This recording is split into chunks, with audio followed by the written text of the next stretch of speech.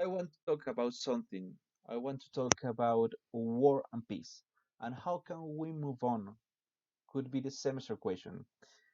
I know somebody who was 6 when he watched his father beheaded or decapitated. He belongs to a generation where the family's ties were interrupted. He didn't know how to be a father, and he didn't grow up with an example of marriage. But he always knew that he didn't want another child to go through that. He's my father. To talk about armed conflict, and it's to talk about our families. The UN Charter signed in San Francisco represent a kind of peace, and a specific kind of peace inside an international specific context, and has a purpose to maintain international peace and security. But this has not worked at all for Colombia, and doesn't work for us because, as China showed with the fourth revolution, the richness and economic growth is not enough.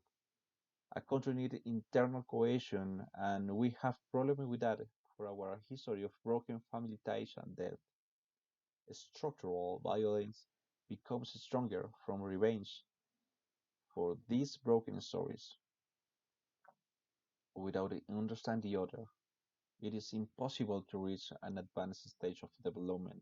Of course, if we understand development related with cohesion and social, economic, and cultural justice, with an internal conflict for a long time, it's hard to Colombia talk about cohesion and justice. And the semester question was always the same. How can we move on as a country? The German and Russian examples give us a clue and was related with memory, truth, and reconciliation, and to make out the phrase "never again." Never again could be a mantra to repeat once and once again, and maybe the reason to push away the war horror is feeling in our bodies the pain.